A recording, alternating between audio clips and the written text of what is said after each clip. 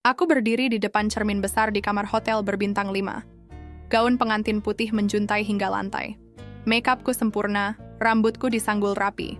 Tapi tatapanku kosong. Tak ada binar bahagia, hanya lelah. Lelah karena tahu, hari ini bukan hari bahagiaku. Pernikahan ini bukan tentang cinta. Ini soal kepentingan dua keluarga yang ingin menyatukan kekuasaan. Ayahku pemilik perusahaan properti besar, dan pria yang hari ini menikah denganku, Reynald, adalah CEO muda yang katanya brilliant. Katanya, karena aku sendiri belum pernah melihat sisi jeniusnya. Yang ku tahu, dia ambisius dan pandai bicara. Sisanya, hanya rumor dan berita online. Aku baru mengenalnya 4 bulan lalu. Dijodohkan, kata ayah, Reynald pria sempurna.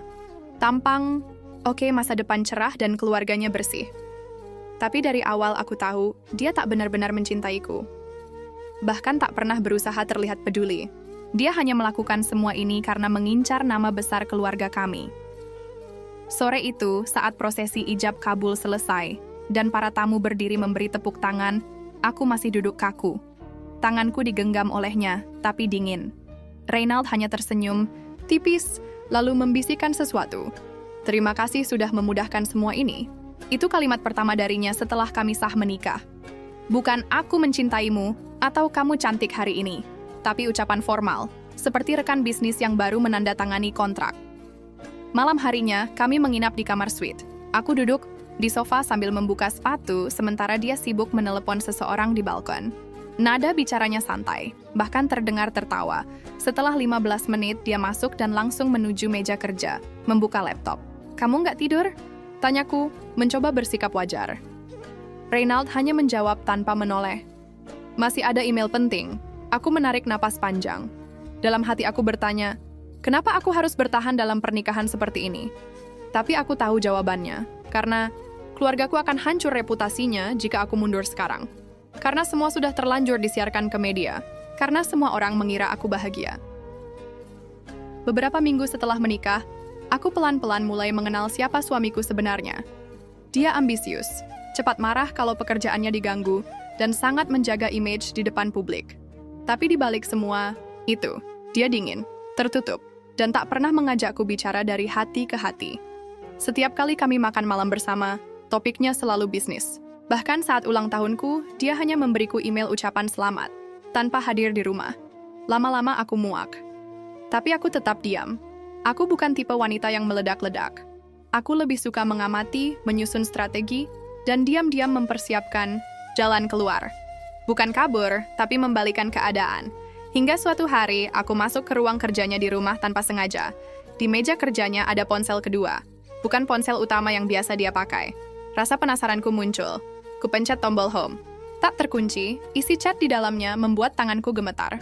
Seorang wanita mengiriminya foto-foto pribadi dengan pesan genit. Gimana malam tadi? Istri kamu nggak curiga, kan? Reynald membalas dengan singkat. Tenang aja, dia terlalu sibuk. Mikirin keluarga besarnya. Aku terdiam. Rasanya seperti ditampar.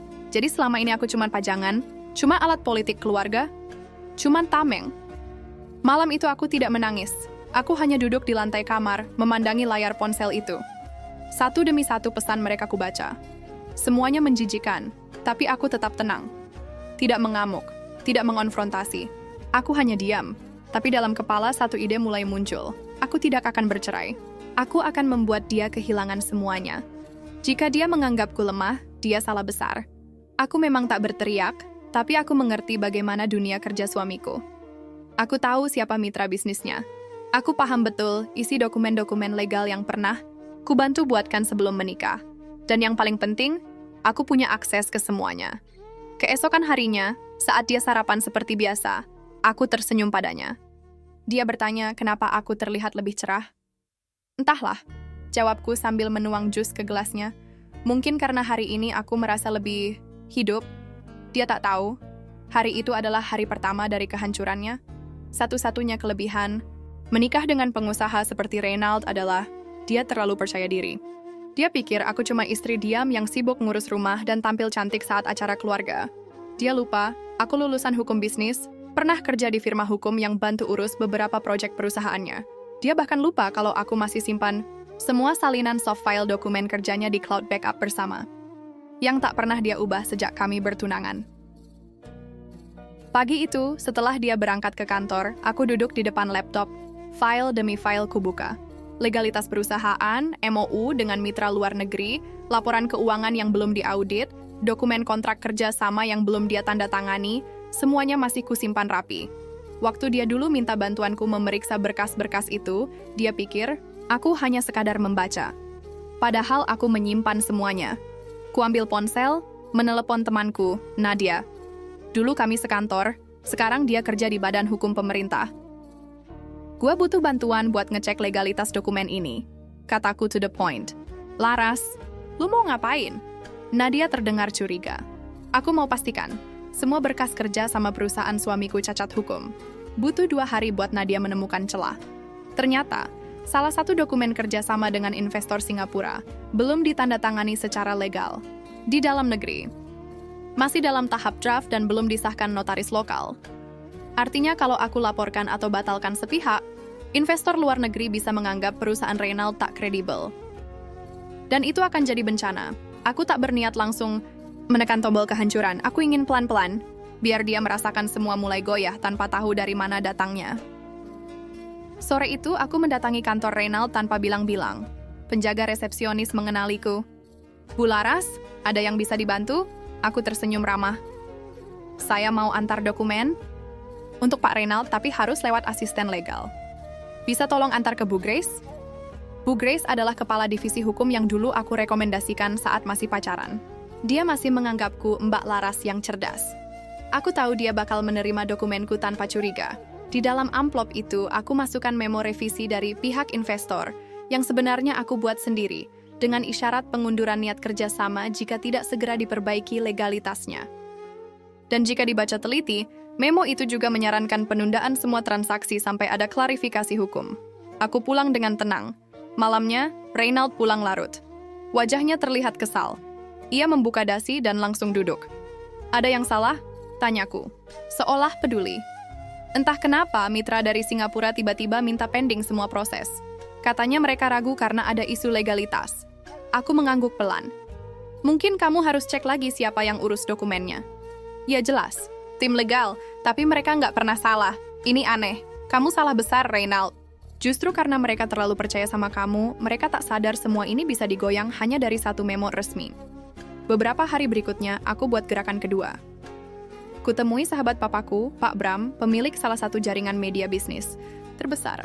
Aku minta bantuannya menaikkan berita ringan soal perusahaan yang terindikasi melanggar etika kerja sama internasional. Tidak menyebut nama, tapi cukup detail agar pembaca cerdas tahu siapa yang dimaksud. Berita itu viral di kalangan bisnis. Reynald mulai panik. Di rumah, dia bicara sambil mengunyah makanan dengan wajah kusut. Aku perlu kamu bantu bicara ke ayahmu, Laras. Sepertinya ayahmu kenal orang media. Beritanya makin liar. Aku pura-pura bingung. Kok jadi bawa-bawa papa? Karena ini bisa hancurin semuanya.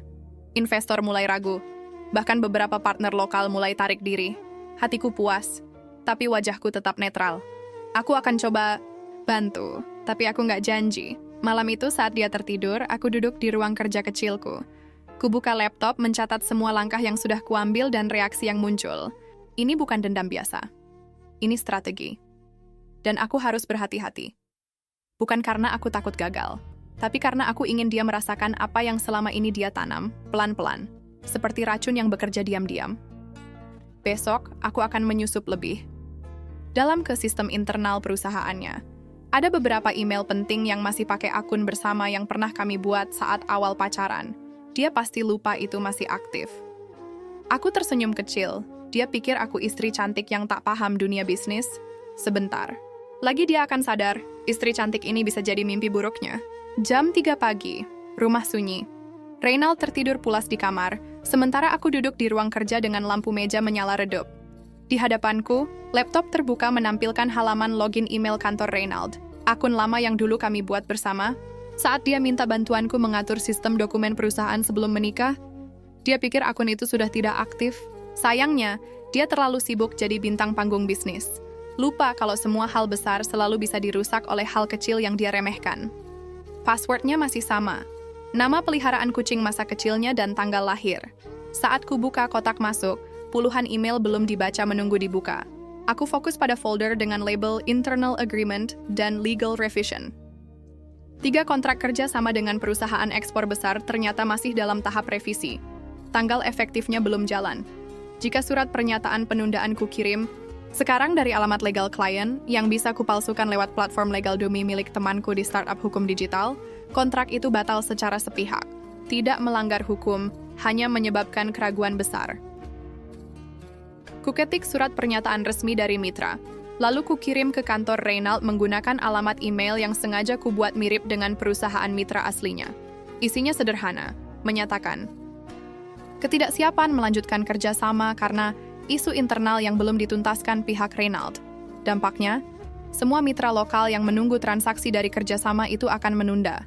Mereka akan ragu, pasar akan curiga, dan itu baru permulaan. Esok, paginya suasana rumah berubah. Reynald sarapan sambil menatap layar ponsel terus-menerus. Tampangnya tegang, tidak banyak bicara. Investor Hong Kong batal tanda tangan. Alasannya nggak jelas. Katanya khawatir sama kredibilitas kita. Gumamnya, seperti ngomong ke dirinya sendiri. Aku hanya menanggapi dengan anggukan. Tak ada komentar. Aku tahu ini baru gelombang pertama. Setelah dia pergi, aku menelepon Nadia. Langkah selanjutnya, bantu aku akses laporan keuangan yang akan dia bawa ke pertemuan pemegang saham minggu depan. Laras ini udah bukan permainan biasa. Kalau ketahuan, kamu bisa... Aku tahu risikonya, Nad, tapi kamu juga tahu apa yang dia lakuin ke aku. Aku nggak akan mundur. Nadia menghela napas panjang. Oke, aku bantu. Tapi cuman yang bersifat administratif. Jangan minta aku rusak sistem keuangan legal. Tenang. Aku cuma butuh satu hal. Aku ingin buat laporan itu terlihat seolah-olah ada pengeluaran fiktif. Supaya direksi mulai ragu. Supaya rapat itu berantakan. Hari-hari, berikutnya aku bermain di balik layar. Satu demi satu titik lemah ku korek. Beberapa vendor mulai mempertanyakan pembayaran. Proyek yang harusnya jalan minggu ini, mendadak tertunda karena satu berkas penting tidak ditemukan di sistem. Padahal, aku sudah menyisipkan skrip kecil untuk menghapus cache otomatisnya. Semua tampak seperti kesalahan teknis. Di tengah semua kekacauan itu muncullah sosok yang tak kuduga. Raka. Kami bertemu pertama kali di lobi kantor Reynald. Aku datang sebagai istri yang perhatian mengantarkan bekal makan siang. Dia menatapku lama. Aku mengenal tatapan itu. Dulu dia adalah temanku saat kuliah. Kami sempat dekat, bahkan nyaris jadian, tapi waktu memisahkan kami. Laras? Katanya pelan. Aku tersenyum. Raka, lama nggak ketemu. Dia tersenyum kecil tapi tatapannya curiga. Kamu ngapain di sini? Antar makan. Gaya ibu rumah tangga masa kini, jawabku ringan. Kami tak bicara lama, tapi dari cara dia memandangku, aku tahu dia merasa ada yang tak beres. Dan benar saja, malamnya Reynald bercerita. Tim legalku bilang ada yang janggal. Mereka akan mulai audit internal. Aku pura-pura kaget. Maksudnya apa? Banyak dokumen yang enggak sinkron. Laporan keuangan, kontrak legal, semuanya mulai aneh. Aku curiga ini sabotas dari orang dalam. Aku menahan senyum. Sabotase dari orang dalam? Bisa jadi. Tapi bukan orang yang kamu pikirkan. Keesokan harinya aku kembali ke kantor Reynald. Kali ini tanpa membawa apapun. Aku pura-pura ingin bicara soal program CSR yang dia minta aku kelola. Di lorong kantor, aku melihat Raka lagi. Dia memanggilku. Kamu tahu banyak soal perusahaan ini ya? Tanyanya hati-hati. Dulu aku bantu urus sistem legal dan IT-nya sebelum menikah. Tapi setelah itu, aku lebih sibuk ngurus rumah. Jawabku diplomatis. Dia mengangguk, tapi tatapannya tajam. Seperti menyimpan kecurigaan, aku bisa lihat Raka bukan anak kemarin sore. Dia pasti akan cari tahu lebih dalam. Dan itu masalah, aku tak pernah berniat melibatkan orang luar. Tapi jika Raka terus masuk terlalu jauh, aku harus memikirkan langkah tambahan. Satu hal pasti, perang ini belum selesai. Tapi untuk pertama kalinya dalam hidupku, aku merasa menang, meski hanya sedikit. Aku menghindari Raka selama seminggu penuh. Sejak hari dia menatapku dengan tatapan penuh curiga, aku tahu dia bukan tipe orang yang gampang dibodohi. Apalagi dulu kami sama-sama di Fakultas Hukum. Sama-sama tahu cara main kotor dan cara membersihkannya. Masalahnya, perasaanku mulai goyah. Raka bukan sembarang cowok dari masa lalu. Kami pernah nyaris jadi lebih dari teman. Dulu, aku yang memutuskan menjauh. Saat itu Raka terlalu sederhana untuk masa depanku yang dirancang ayah. Katanya, wanita pintar butuh pria yang punya visi. Sayangnya, Reynald lah yang dipilih ayahku. Dan Raka. Ya, dia hanya diam saat itu. Tidak mengejar, tidak menahan. Tapi sekarang, situasinya berubah. Reynald adalah simbol kegagalan. Bukan karena dia tidak sukses. Dia tetap CEO perusahaan besar. Tapi dia gagal menjadi manusia yang layak dicintai. Sedangkan, Raka, dia berdiri di sisiku di saat aku justru ingin menjatuhkan semuanya. Sore itu, aku terpaksa bertemu Raka lagi. Dia mengajakku bicara empat mata. Katanya, urusan perusahaan sedang kacau, dan dia ditugaskan menangani penyelidikan internal. Kami bertemu di sebuah kafe yang sepi. Raka duduk dengan setelan kantor yang rapi. Bukan mahal, tapi pas. Sikapnya tidak berubah. Tenang, fokus, tapi tajam. Aku nggak bodoh, Las. Katanya langsung. Aku tahu kamu terlibat dalam semua kekacauan ini. Aku diam, tidak membenarkan, tidak membantah. Masalahnya, lanjutnya, aku nggak tahu motif kamu. Kamu istri CEO. Kamu harusnya rugi kalau perusahaan ini ambruk. Kalau semua cuma soal uang, mungkin aku akan biarkan saja. Jawabku pelan. Tapi ini soal harga diri. Reynald bukan cuma suami gagal, dia pengkhianat. Raka menghela napas. Aku ngerti kamu sakit hati, tapi cara kamu salah. Lalu apa? Duduk manis, tunggu dia sadar, tunggu dia minta maaf, tunggu dia jatuh cinta padaku. Raka menatapku lama. Kamu berubah, Las. Dulu kamu orang yang selalu percaya proses. Aku tersenyum miris. Proses? Proses itu cocok untuk orang yang punya waktu dan cinta. Aku udah habis. Kami terdiam cukup lama. Aku kira dia akan meninggalkan meja dan menyerah padaku seperti dulu. Tapi ternyata tidak.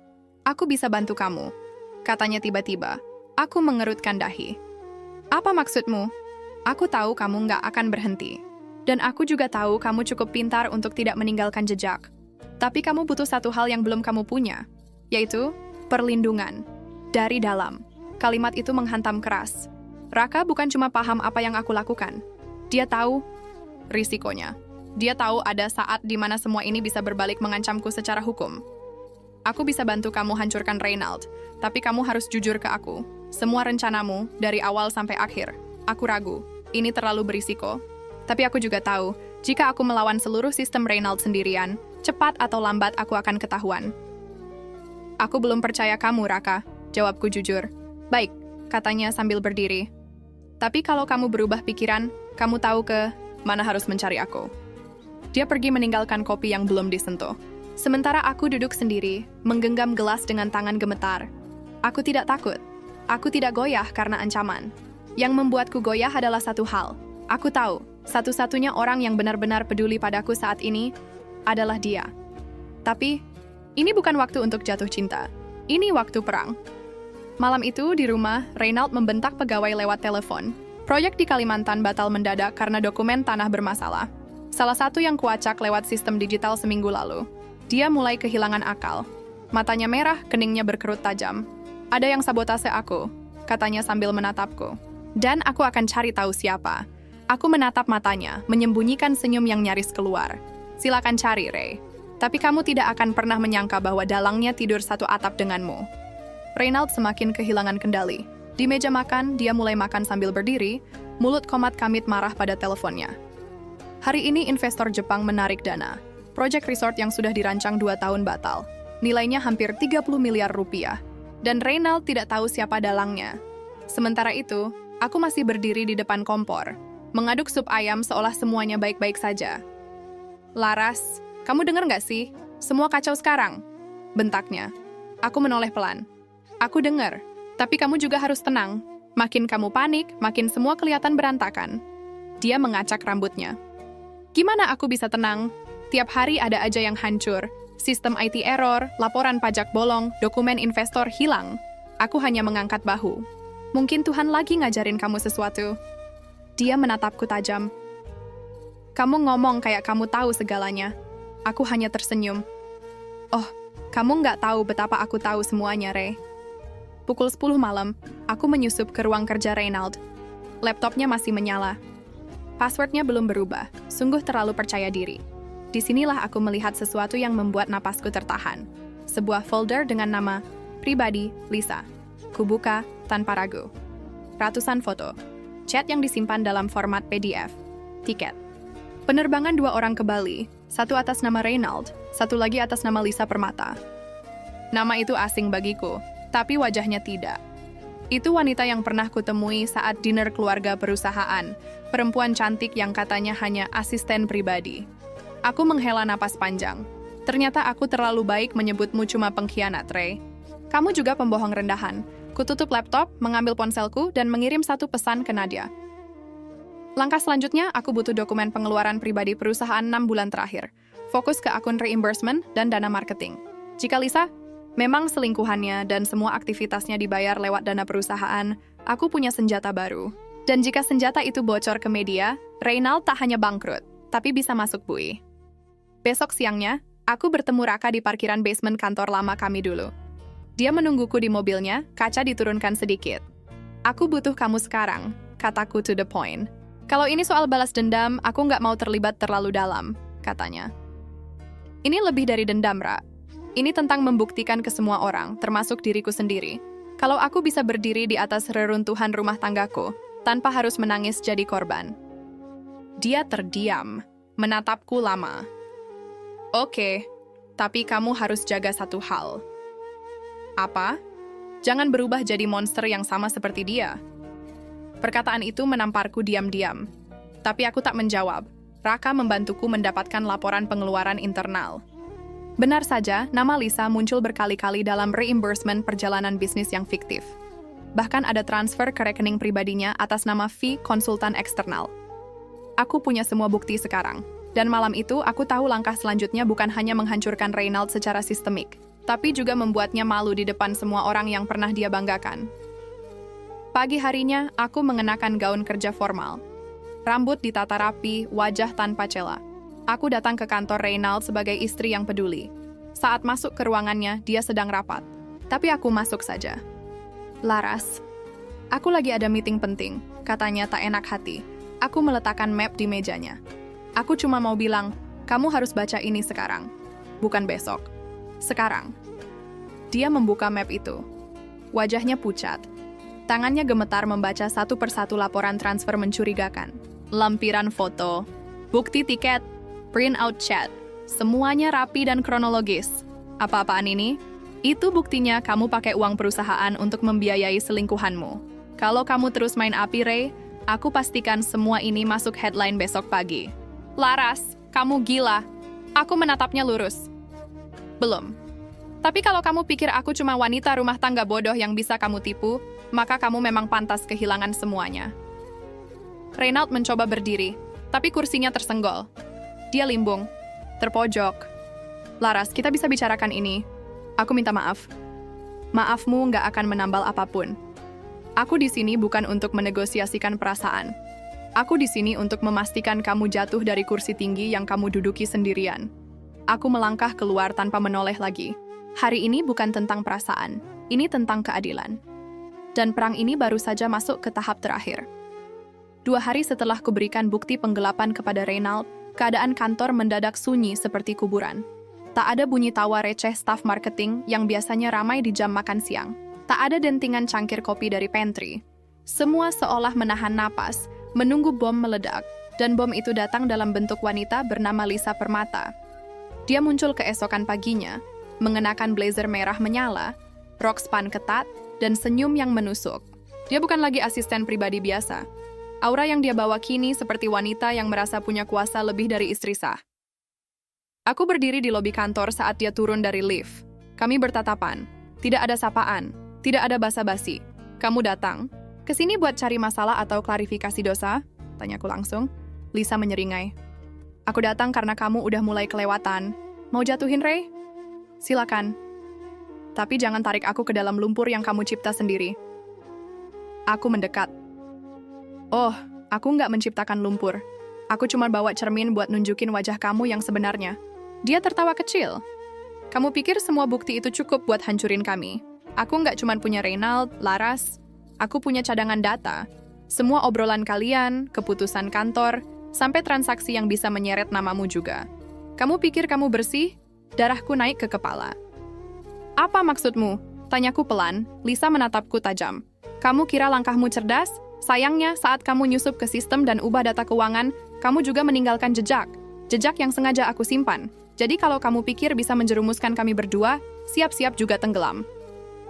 Aku menelan ludah. Lisa bukan cuma pelakor, tapi juga ular cerdas. Hari itu, aku pulang dengan kepala penuh kecemasan. Raka menelpon malam harinya. Ada yang aneh, Las. Sistem backup legal punya celah, dan kayaknya ada orang ketiga yang simpan rekam data kamu. Aku langsung tahu itu kerjaan Lisa. Dia ngancam aku, kataku singkat.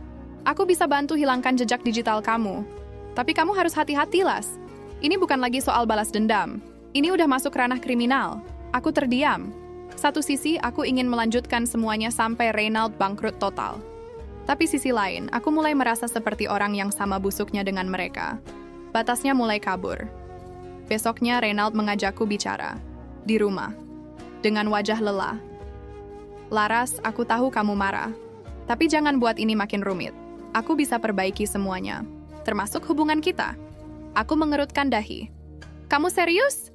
Dia mengangguk. Aku udah putus sama Lisa. Aku udah minta maaf ke direksi, dan aku akan balikin semua dana yang pernah kupakai pribadi. Kenapa baru sekarang? Karena aku sadar, kamu bukan istri yang lemah seperti yang kupikir. Kamu bisa menghancurkan aku dengan tenang. Dan itu lebih menakutkan dari siapapun yang pernah kutemui. Entah kenapa, kalimat itu terdengar seperti pujian kosong. Tapi juga pengakuan jujur. Laras, aku nggak mau perang. Tapi Lisa, dia nggak akan diam. Dia punya banyak kartu. Aku memejamkan mata. Ini bukan akhir. Ini baru fase baru. Di mana aku bukan cuma melawan suamiku, tapi juga selingkuhannya yang siap menjatuhkan siapapun. Malam itu, aku duduk di depan jendela memandang langit kota. Ponselku berbunyi. Pesan dari nomor tak dikenal. Kalau kamu terus main api, bersiaplah terbakar. Aku nggak peduli siapa kamu, tapi aku tahu siapa yang harus disingkirkan pertama. Tak ada nama, tapi aku tahu siapa pengirimnya. Lisa sudah menyatakan perang. Dan aku belum menyerah. Aku belum selesai. Tapi sekarang, aku harus lebih cerdas. Karena sekali saja aku lengah, bukan hanya Reynald yang jatuh, tapi aku juga bisa hilang segalanya. Aku tidak ingat kapan terakhir kali jantungku berdetak secepat ini. Bukan karena marah, bukan karena cinta, tapi karena hari ini adalah hari penentuan. 3 hari lalu, Raka menghubungiku dan berkata bahwa dia berhasil meretas sistem backup Lisa. Semua data rekaman, transaksi gelap, hingga komunikasi pribadi yang dia kumpulkan ada di tangan kami sekarang. Termasuk file bernama Asuransi Lisa, yang dia simpan untuk berjaga-jaga. Aku udah lihat semuanya, kata Raka waktu itu. Dan kamu harus siap. Begitu ini keluar, bukan cuma Reynald yang hancur. Nama Lisa nggak akan bisa diselamatkan. Tapi kamu juga harus siap jadi sasaran berikutnya. Aku mengangguk. Kita kirim ke media, tapi tunggu lampu hijau dariku. Hari ini, aku duduk di ruang tamu kantor pusat perusahaan Reynald. Aku bukan tamu, bukan staf. Tapi semua orang melihatku dengan tatapan campur aduk. Ada yang simpati, ada yang penasaran, ada yang takut. Karena hari ini, aku mengundang para wartawan. Jam 10 pagi, aku berdiri di depan podium yang biasa dipakai suamiku saat memberi pengarahan bulanan. Dan pagi ini, dia berdiri di belakang bersama Lisa dengan wajah seperti mayat hidup. Selamat pagi, ucapku tenang. Saya Laras Ayuningtyas. Hari ini saya bukan datang sebagai istri seorang CEO. Saya datang sebagai pihak yang selama ini tahu semua permainan kotor yang dilakukan di balik nama perusahaan besar ini. Sorot kamera langsung menyala. Beberapa tahun terakhir, perusahaan ini bukan hanya menyembunyikan skandal korupsi internal, tapi juga menjadi alat bagi 2 orang, Reynald, Putra dan Lisa Permata, untuk memanfaatkan uang investor dan dana publik demi kepentingan pribadi. Lisa melangkah maju. Laras, kamu... Aku menoleh cepat. Diam, kamu akan punya waktu untuk menjelaskan di pengadilan nanti. Aku mengeluarkan flash disk dari saku. Dalam data ini ada bukti penggelapan dana ratusan juta, perjalanan, bisnis fiktif, dan korespondensi internal yang sudah saya verifikasi legalitasnya. Data ini akan saya serahkan ke pihak berwajib dan tembusan ke media nasional. Ruangan Henning. Reynald pucat, Lisa mencoba bersikap tenang tapi gagal menyembunyikan getar suaranya. Semua ini kamu lakukan karena sakit hati? Tanya Reynald. Pelan, aku menatapnya tajam. Bukan. Aku lakukan ini karena kamu pikir aku cuma istri yang bisa kamu bodohi. Kamu pikir wanita yang diam itu lemah. Padahal yang diam itu sedang mengasah pedangnya. Lisa melangkah maju, Menggertak? Kamu pikir kamu menang setelah ini? Kamu pikir publik akan berpihak padamu? Aku mendekat. Aku nggak peduli pada pihak mana publik berpihak. Yang aku peduli kebenaran sudah keluar. Dan kalian berdua sudah cukup lama menyembunyikannya. Siangnya, berita itu meledak. Skandal korupsi di perusahaan properti ternama, CEO dan asisten pribadi diduga terlibat.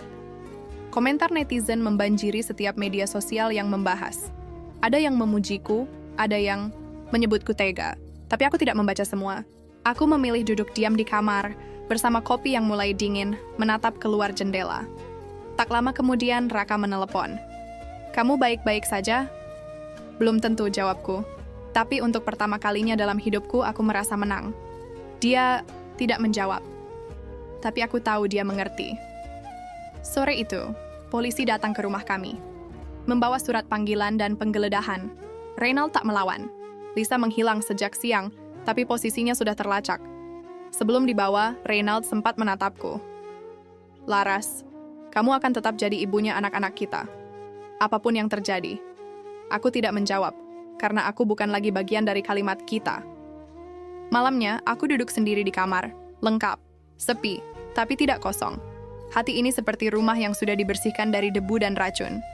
Hari ini aku menang, bukan karena dendamku tuntas, tapi karena aku bisa berdiri sendiri, dengan kepalaku tegak, dan untuk pertama kalinya, aku tak takut lagi menghadapi hari esok. 2 minggu setelah konferensi pers itu, hidupku berubah 180 derajat. Aku tak lagi disebut istri seorang pengusaha sukses. Kini, aku dikenal sebagai wanita yang membongkar aib suaminya sendiri. Media menyebutku macam-macam, pemberani, pahlawan perempuan, bahkan penjilat simpati. Awalnya aku pikir aku siap, tapi malam-malamku mulai terasa dingin. Bukan karena angin, tapi karena kenyataan. Rumah ini sekarang terlalu luas untuk satu orang. Kamar yang dulu hangat dipenuhi suara anak-anak dan tawa kecil saat kami bertiga menonton kartun, sekarang hanya sunyi. Hari, ini aku duduk di teras belakang, membuka satu-satu DM yang masuk ke akun Instagramku. Beberapa memuji, beberapa menyemangati, dan sebagian lainnya menusuk tanpa ampun. "Kamu tega banget, hancurin suami sendiri demi pencitraan. Udah puas? Sekarang suamimu di penjara, anakmu kehilangan ayah." Aku tidak membalas, karena orang-orang hanya melihat satu sisi. Mereka tak tahu betapa lamanya aku diam, betapa banyaknya luka yang kusembunyikan. Tapi ya, internet tidak butuh cerita utuh. Mereka hanya butuh drama. Siangnya, aku menemui Raka di sebuah kafe kecil di daerah Cikini, tempat kami biasa nongkrong, 10 tahun lalu saat masih jadi anak magang tanpa gaji. "Kamu kelihatan capek," katanya sambil menyeruput kopi hitam. Aku mengangguk. Aku pikir setelah semua ini selesai, aku bisa tidur tenang. Tapi ternyata balas dendam itu nggak ada. Akhirnya, Raka memandangi wajahku lama. "Karena kamu belum sembuh, Las. Kamu cuma menang di luar, tapi di dalam masih ada bekas luka." Aku menunduk. Mungkin, tapi setidaknya sekarang aku bisa bilang, aku bukan lagi perempuan yang ditindas. Dia tersenyum, tapi tak sepenuhnya bahagia. "Kamu tahu, dari dulu aku selalu pengen kamu bahagia. Bahkan kalau itu artinya bukan bersamaku." Aku terdiam. Ada perasaan aneh yang muncul. Hangat, tapi juga getir. Raka memang pria baik, tapi waktu tak pernah mengizinkan kami berjalan di garis yang sama. Sekarang pun rasanya tetap begitu. "Terima kasih udah bantu aku sejauh ini," kataku akhirnya. "Tanpa kamu, aku mungkin sudah gila.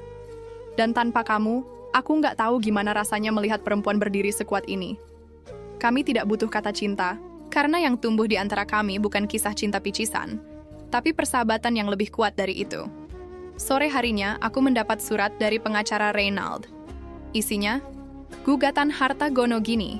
Ia minta pembagian properti, saham, dan dana simpanan. Ironi. Dia yang mengkhianati, dia yang mencuri uang perusahaan, dia pula yang menggugat pembagian. Aku tertawa kecil membaca surat itu. Tapi tidak marah, tidak juga kecewa, hanya geli. Sejak awal aku tidak mengincar harta, aku mengincar keadilan.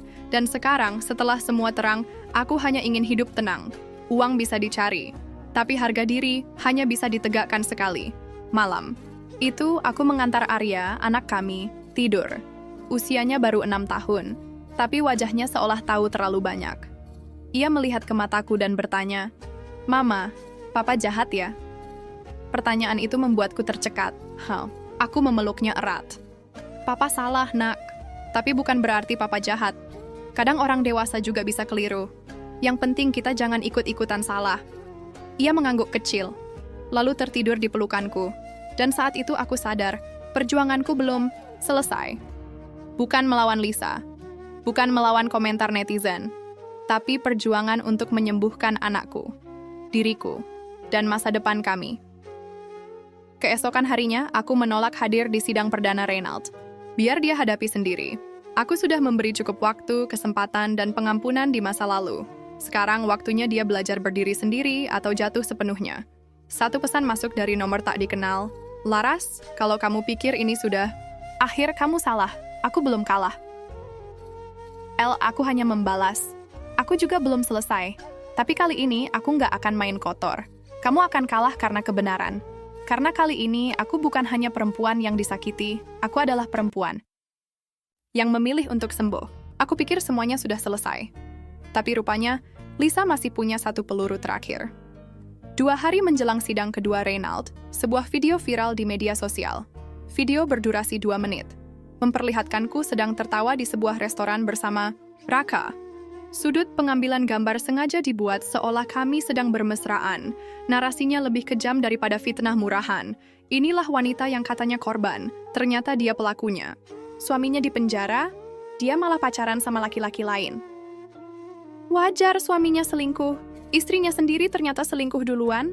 Komentar membanjiri, sebagian percaya, sebagian membelaku, tapi luka sudah terlanjur terbuka lagi. Orang-orang cepat percaya apapun yang sesuai dengan selera mereka, tanpa peduli kebenaran di balik layar. Raka langsung meneleponku. Aku nggak apa-apa dihujat, Las. Tapi kamu siap hadapi ini? Aku menarik napas panjang. Ini bukan tentang siap atau enggak. Ini tentang membungkam sekali untuk selamanya. Pagi itu, aku mendatangi kantor pengacara. Aku minta satu hal, konferensi pers. Tapi bukan untuk menjelaskan siapa aku atau membela diri. Aku mau menjelaskan fakta, bukan perasaan. Siangnya, aku berdiri di hadapan media lagi. Kali ini, aku sendiri. Tak ada Reynald, tak ada Lisa. Hanya aku dan lembaran-lembaran bukti di tangan. Video yang beredar beberapa hari ini adalah rekaman manipulatif. Diambil tanpa izin, dipotong, dan diberi narasi palsu. Orang dalam video itu adalah saya dan pria bernama Raka Pradipta, teman lama dan pengacara teknologi yang membantu saya mengungkap korupsi di perusahaan suami saya. Tidak lebih, aku menunjukkan bukti transfer jasa profesional, foto-foto dari sudut asli, bahkan rekaman CCTV restoran yang menunjukkan kami duduk berseberangan, bukan berdampingan. Jika ada pihak yang terus menyebarkan informasi palsu, kami siap mengambil jalur hukum. Aku mengakhiri pernyataan dengan tegas, bukan dengan air mata, bukan dengan harapan, tapi dengan sikap. Sore itu, Lisa menghubungiku. Tak kuduga dia masih berani. Bagus, Laras. Kamu masih bisa main cantik. Tapi kamu tahu sendiri, publik nggak suka perempuan yang kelihatan terlalu kuat. Cepat atau lambat, kamu juga akan mereka jauhi. Aku menjawab tenang. Aku nggak hidup buat jadi idola publik, Liz. Aku cuma hidup buat anakku dan buat masa depan yang bersih dari orang kayak kamu. Dia tertawa pendek. Kamu pikir kamu bersih? Kamu lupa siapa yang bantu kamu akses server waktu itu? Apa itu? Nggak bisa diproses hukum juga? Nggak, karena semua bukti sudah disahkan penyidik. Sementara kamu menghilangkan dokumen, memalsukan data, dan menyebar video hoax. Kali ini dia diam. Mainmu sudah selesai, Liz. Sekarang giliran aku membalikan papan. Malam itu, Raka mengirimkan bukti terakhir. Lisa memalsukan tanda tangan atas nama Reynald untuk pengalihan aset. Itu cukup untuk membuatnya jadi terdakwa juga. Dan esoknya, polisi menangkap Lisa saat hendak kabur ke luar negeri. Beritanya ramai. Wanita, di balik skandal CEO properti, tertangkap saat ingin melarikan diri. Aku membaca berita itu tanpa senyum, tanpa puas hati. Karena kebenaran bukan untuk dibanggakan, kebenaran hanya perlu ditegakkan. Di dalam rumah, Arya menonton berita sambil bertanya polos, "Bu Lisa itu temannya Mama, ya?" Aku menggeleng pelan. "Dulu iya. Sekarang bukan siapa-siapa." Ia mengangguk, lalu menoleh. "Mama capek?" Aku tersenyum dan memeluknya. "Iya, tapi sekarang Mama udah lega." Beberapa hari setelahnya, aku menutup akun sosial media, bukan karena takut, Tapi karena aku ingin kembali hidup sebagai Laras, bukan istri CEO, bukan korban perselingkuhan, bukan juga tokoh media, hanya seorang ibu, dan seorang perempuan yang telah selesai membuktikan dirinya. Aku membuka jendela kamar. Angin sore masuk, pelan. Tak ada lagi jerat. Tak ada lagi bayang-bayang Lisa. Tak ada Reynald. Tak ada dendam.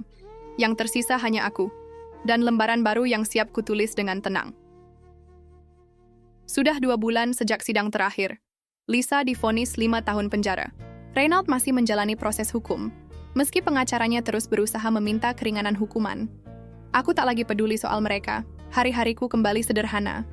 Bangun pagi, siapkan sarapan, antar Arya ke sekolah, lalu kembali ke rumah untuk memeriksa email, sesekali ikut kelas daring tentang manajemen keuangan. Aku tidak lagi hidup dalam bayang-bayang skandal. Aku hidup sebagai diriku sendiri. Sore itu, aku duduk di taman kecil depan rumah, menyeruput teh hangat sambil membaca buku, yang entah sudah berapa lama tak kusentuh. Arya sedang bermain bola bersama anak tetangga. Ada rasa tenang yang dulu tak pernah bisa kurasakan saat masih menjadi istri Reynald. Lalu, sebuah email masuk. Dari perusahaan media ternama. Mereka ingin mengangkat kisahku dalam sebuah dokumenter. Aku tertawa kecil. Dulu aku mungkin akan tergoda. Tapi sekarang aku sudah tahu. Bukan semua panggung harus kita naiki. Aku tak butuh jadi ikon perempuan kuat. Aku hanya ingin jadi Laras yang tenang, yang bahagia dengan hidupnya tanpa tepuk tangan. Tapi email lain yang masuk malam itu membuatku berpikir 2 kali. Dari Raka. Las, ada satu tawaran proyek dari lembaga advokasi perempuan. Mereka butuh orang yang bisa bantu edukasi soal hak-hak hukum istri dalam pernikahan. Aku tahu kamu mungkin mau istirahat, tapi kalau kamu tertarik, kita bisa ngobrol kapan-kapan. Aku membaca pesan itu 2 kali. Ini bukan tentang tampil di layar kaca. Ini tentang berbagi pengalaman. Bukan demi popularitas, tapi supaya perempuan lain tak perlu jatuh sepertiku untuk belajar berdiri. Esoknya, aku dan Raka bertemu di tempat yang sama seperti dulu. Kafe kecil di Cikini. Ia masih sama. Sederhana, tenang, dan tetap menatapku dengan cara yang berbeda dari pria lain. Bukan kagum karena drama hidupku, tapi karena ia tahu siapa aku sebelum semuanya dimulai. Aku nggak mau kamu terpaksa, katanya sambil menyodorkan proposal. Aku nggak terpaksa, jawabku. Tapi aku juga nggak mau proyek ini jadi ajang balas dendam. Aku bukan korban lagi. Aku juga bukan pahlawan. Dia tersenyum. Aku tahu, tapi kamu bisa jadi jembatan, supaya perempuan lain tahu bahwa diam bukan satu-satunya pilihan. Aku mengangguk pelan. Mungkin memang ini jalan berikutnya. 2 minggu kemudian aku resmi bergabung dalam tim edukasi dan advokasi perempuan. Kami turun ke desa-desa, berbicara dengan ibu-ibu yang tak tahu caranya menghadapi suami kasar. Aku berbagi cerita. Bukan untuk membuat mereka kagum, tapi untuk membuat mereka sadar bahwa mereka juga bisa menentukan arah hidupnya sendiri. Setiap kali aku melihat mata mereka menyala, aku merasa sembuh.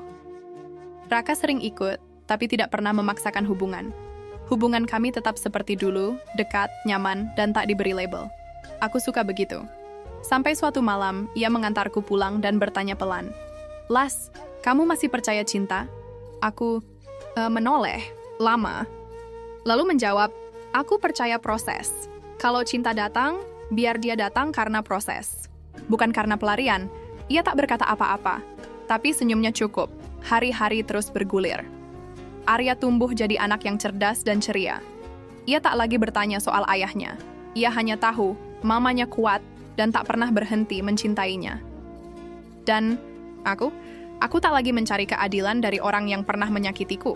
Aku sudah mendapatkannya dari dalam diriku sendiri. Kadang hidup tidak memberi akhir yang sempurna, tapi hidup selalu memberi kesempatan untuk memulai yang baru. Dan aku memilih memulai tanpa dendam, tanpa kebencian, tanpa luka yang kubawa kemana-mana. Sudah 2 bulan sejak sidang terakhir. Lisa divonis 5 tahun penjara. Reynald masih menjalani proses hukum, meski pengacaranya terus berusaha meminta keringanan hukuman. Aku tak lagi peduli soal mereka. Hari-hariku kembali sederhana. Bangun, pagi, siapkan sarapan, antar Arya ke sekolah, lalu kembali ke rumah untuk memeriksa email, sesekali ikut kelas daring tentang manajemen keuangan. Aku tidak lagi hidup dalam bayang-bayang skandal. Aku hidup sebagai diriku sendiri. Sore itu, aku duduk di taman kecil depan rumah, menyeruput teh hangat sambil membaca buku yang entah sudah berapa lama tak kusentuh. Arya sedang bermain bola bersama anak tetangga. Ada rasa tenang yang dulu tak pernah bisa kurasakan saat masih menjadi istri Reynald. Lalu, sebuah email masuk dari perusahaan media ternama. Mereka ingin mengangkat kisahku dalam sebuah dokumenter. Aku tertawa kecil. Dulu aku mungkin akan tergoda. Tapi sekarang aku sudah tahu, bukan semua panggung harus kita naiki. Aku tak butuh jadi ikon perempuan kuat. Aku hanya ingin jadi Laras yang tenang, yang bahagia dengan hidupnya tanpa tepuk tangan. Tapi email lain yang masuk malam itu membuatku berpikir 2 kali. Dari Raka. Las, ada satu tawaran proyek dari Lembaga Advokasi Perempuan. Mereka butuh orang yang bisa bantu edukasi soal hak-hak hukum istri dalam pernikahan. Aku tahu kamu mungkin mau istirahat, tapi kalau kamu tertarik, kita bisa ngobrol kapan-kapan. Aku membaca pesan itu 2 kali. Ini bukan tentang tampil di layar kaca. Ini tentang berbagi pengalaman. Bukan demi popularitas, tapi supaya perempuan lain tak perlu jatuh sepertiku untuk belajar berdiri. Esoknya, aku dan Raka bertemu di tempat yang sama seperti dulu, kafe kecil di Cikini. Ia masih sama, sederhana, tenang, dan tetap menatapku dengan cara yang berbeda dari pria lain. Bukan kagum karena drama hidupku, tapi karena ia tahu siapa aku sebelum semuanya dimulai. Aku nggak mau kamu terpaksa, katanya sambil menyodorkan proposal. Aku nggak terpaksa, jawabku. Tapi aku juga nggak mau proyek ini jadi ajang balas dendam. Aku bukan korban lagi. Aku juga bukan pahlawan. Dia tersenyum. Aku tahu. Tapi kamu bisa jadi jembatan. Supaya perempuan lain tahu bahwa diam bukan satu-satunya pilihan. Aku, mengangguk pelan. Mungkin memang ini jalan berikutnya. 2 minggu kemudian, aku resmi bergabung dalam tim edukasi dan advokasi perempuan. Kami turun ke desa-desa, berbicara dengan ibu-ibu yang tak tahu caranya menghadapi suami kasar. Aku berbagi cerita. Bukan untuk membuat mereka kagum, tapi untuk membuat mereka sadar bahwa mereka juga bisa menentukan arah hidupnya sendiri. Setiap kali aku melihat mata mereka menyala, aku merasa sembuh. Raka sering ikut, tapi tidak pernah memaksakan hubungan. Hubungan kami tetap seperti dulu, dekat, nyaman, dan tak diberi label. Aku suka begitu.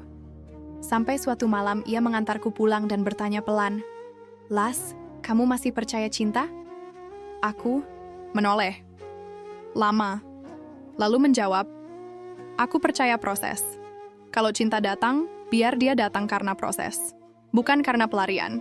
Ia tak berkata apa-apa, tapi senyumnya cukup. Hari-hari terus bergulir. Arya tumbuh jadi anak yang cerdas dan ceria. Ia tak lagi bertanya soal ayahnya. Ia hanya tahu, mamanya kuat dan tak pernah berhenti mencintainya. Dan aku tak lagi mencari keadilan dari orang yang pernah menyakitiku. Aku sudah mendapatkannya dari dalam diriku sendiri. Kadang hidup tidak memberi akhir yang sempurna. Tapi hidup selalu memberi kesempatan untuk memulai yang baru. Dan aku memilih memulai tanpa dendam, tanpa kebencian, tanpa luka yang kubawa kemana-mana. 1 tahun sudah berlalu sejak semua keributan itu berakhir. Lisa masih mendekam di penjara. Reynald divonis 4 tahun. Kata pengacaranya, dia sedang mengajukan banding. Tapi bagiku, kasus itu sudah tak relevan lagi. Dulu dia memintaku untuk tinggal diam. Kini, dia harus belajar hidup tanpa aku. Aku tak membalas. Aku memilih melanjutkan hidupku dengan kepala tegak. Proyek edukasi hukum perempuan yang kutangani bersama Raka berkembang pesat. Kami sudah menjangkau puluhan desa, menggelar kelas online, bahkan mulai disorot beberapa media besar. Tapi kali ini, bukan sebagai mantan istri pengusaha sukses yang dikhianati. Sekarang, aku dikenal sebagai pendiri Suaraku, sebuah komunitas untuk perempuan korban kekerasan dan penindasan dalam rumah tangga. Aku tidak lagi berdiri sebagai korban, aku berdiri sebagai bagian dari solusi. Suatu hari, aku mendapat surat undangan dari Kementerian Pemberdayaan Perempuan. Mereka ingin menjadikanku pembicara dalam konferensi nasional. Aku baca surat itu berulang kali, memastikan tidak salah. Dulu, aku wanita yang diabaikan di balik meja makan rumah tangga yang dingin. Sekarang, aku diminta bicara di panggung nasional. Lucu bagaimana hidup bisa berbalik seperti itu. Aku menerima undangan itu tanpa ragu. Bukan karena ingin tampil, tapi karena aku sadar setiap langkah kecil bisa jadi terang buat perempuan lain. Malam sebelum hari konferensi, aku duduk di balkon rumah. Raka datang membawa 2 gelas kopi. Kami berbincang santai seperti biasa. Tapi, malam itu nadanya sedikit berbeda. Kamu tahu nggak, Las? Dulu waktu kita magang bareng, aku nggak pernah nyangka kamu bakal sehebat ini. Aku menoleh. Aku juga nggak nyangka kamu bakal sabar banget nemenin orang kayak aku. Dia tertawa kecil. Aku sabar karena kamu berani. Aku diam. Tapi senyumku pelan-pelan muncul. Raka, ucapku, aku belum siap untuk hubungan baru. Tapi aku juga nggak mau kehilangan kamu. Dia mengangguk, tenang. Kita jalanin aja, Las. Bukan karena harus, tapi karena kita mau.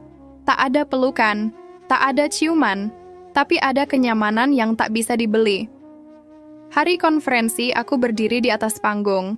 Lampu sorot menyinari wajahku. Ratusan pasang mata menatap. Aku bicara bukan dengan nada dendam, tapi dengan suara yang yakin dan tegas.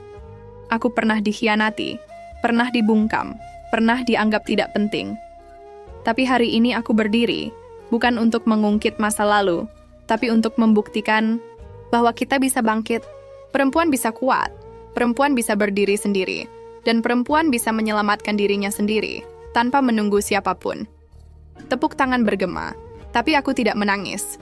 Karena air mata itu sudah habis sejak malam aku putuskan berhenti, jadi istri yang diam. Beberapa bulan kemudian, aku dan Arya pindah ke rumah baru yang lebih kecil, tapi nyaman. Rumah itu kubeli dari hasil kerjaku sendiri. Arya senang karena ada halaman belakang tempat dia bisa main bola. Suatu pagi, dia duduk di sampingku dan bertanya, "Mama, kalau aku besar nanti, aku boleh cerita tentang Mama ke teman-teman?"